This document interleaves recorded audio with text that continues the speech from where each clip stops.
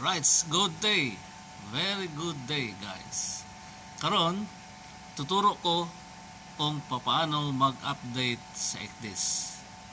First things first is locate on your ship's email the eNavigator ABCS weekly update. So, for example, tayo nasa week 4. So, andito na yan, guys. Dito sa Bridge computer, pino-forward ni Kapitan galing sa kanyang email, pino-forward ito sa Bridge, then double click, tapos guys, pasok ka dito, itong top left, then click mo copy. Okay, so ipasok mo ito guys sa isang folder para sa iyong file. Pero ito, kunyari natapos na, meron ka na ginawang folder week 4, double click mo yan para mag-open, then i-paste mo yung weekly permit na natanggap. So meron na, right click mo, extract here. Tingnan mo kung ano mangyari.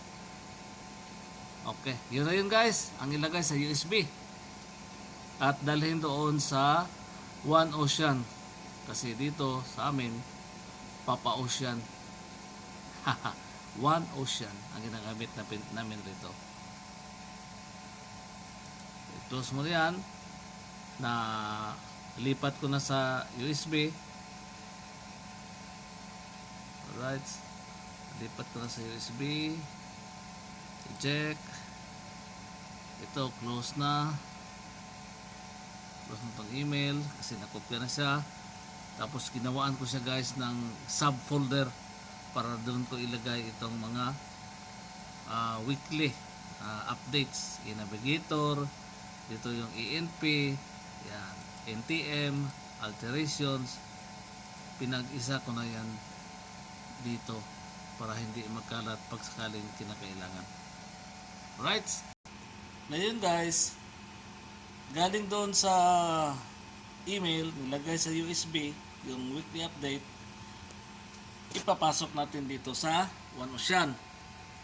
So andyan na yon.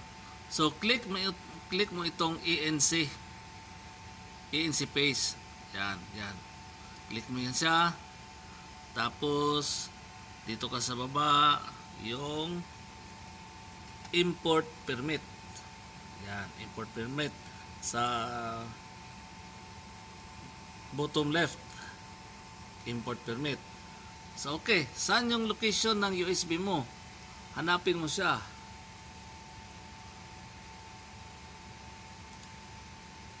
Okay, week 4 ito guys, week 4, click mo yan siya, click mo yung master, tapos select folder, papasok na yon. Hindi ko na lang gawin kasi napasok ko na ito week 4 itong sample ko, pero nasa week 7 na tayo ngayon. So i-click mo lang yung select folder, tapos titingnan mo na lang mag-loading siya, mag-update siya. Okay, ganun na lang yun guys.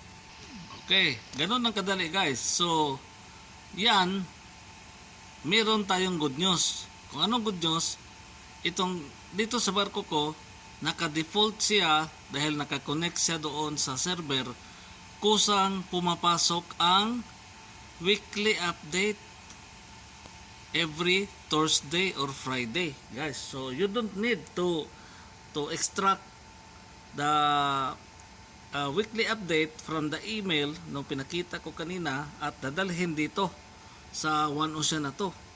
Yun ay backup lang kasi by default nakaset itong One Ocean natin. Ito yung master, ito yung backup One Ocean, naka default na dahil siya ay connected sa server, kusa siyang nag-a-update. So ang gawin mo na lang is to restart weekly para makuha yung buong update. Kasi sa buong linggo naman na walang activity, so naghahang siya minsan guys. Medyo mabagal tong kuha natin, CPU natin. Ito yung sa main CPU ng One Ocean. Ito yung backup ng One Ocean computer. So dahil naka-automatic siya na mag-update, dito mo guys kukunin, nilagay ko na rin dito yung shortcut na yung weekly update is dito papasok. Ayan na siya guys. So itong buong folder na ito, itong buong folder, yan ang ilipat mo na sa USB para dalhin doon sa ICDIS. Okay guys, nakopya ko na. Andito na sa USB. Dadalhin ko na ito ngayon doon sa ICDIS. Unahin ko yung master ICDIS. At ang ating ICDIS model is JRC Jan 2000 ICDIS. Yan dito sa parko namin. Okay sek, ito na yung master ICDIS. Dito mo ilalagay yung USB, no? Tapos exit mo na. Click mo na ito. Click mo na yan siya. Exit. Okay. Tapos pasok ka dito sa ENC, an ARCS chart portfolio. Yung pangalawa.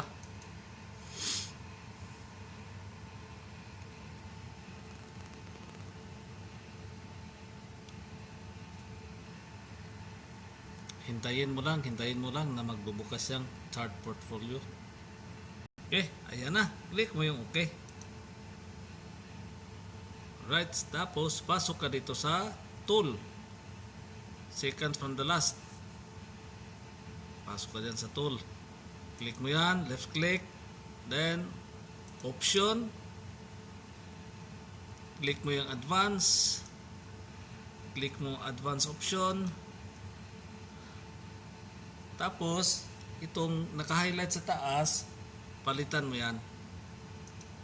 Palitan mo ng ENC updates. Yan, highlight mo lang siya hanggang dyan lang. Tapos click mo na okay. Tapos dito sa baba, okay. Okay. Balik ka ulit sa tool.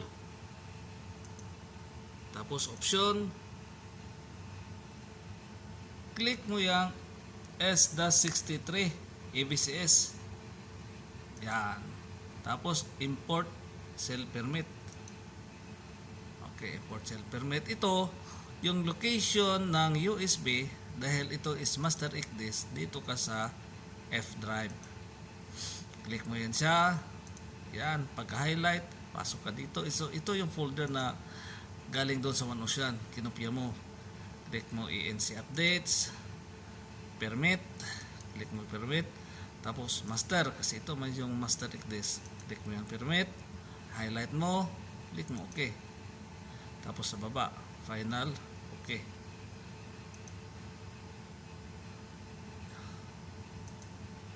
Okay, tayin mo lang. Complete na daw. Okay. Wait mo saglit, mga 2 minutes kasi mag-i-error pag i-click mo kaagad. Kasi mabagal siya pag itong master ICDIS. Mabagal dahil mas marami siyang updates kumpara doon sa kabila, doon sa backup. Although dahil magkaiba din ang permit nila, master at saka backup. Okay, click na natin yung okay. See? Pasok ka dyan sa auto detect. Itong top left corner. Click mo yan.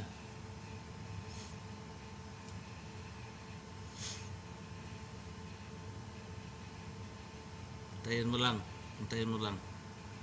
Okay sek, nagbukas na. So click mo na yung import update.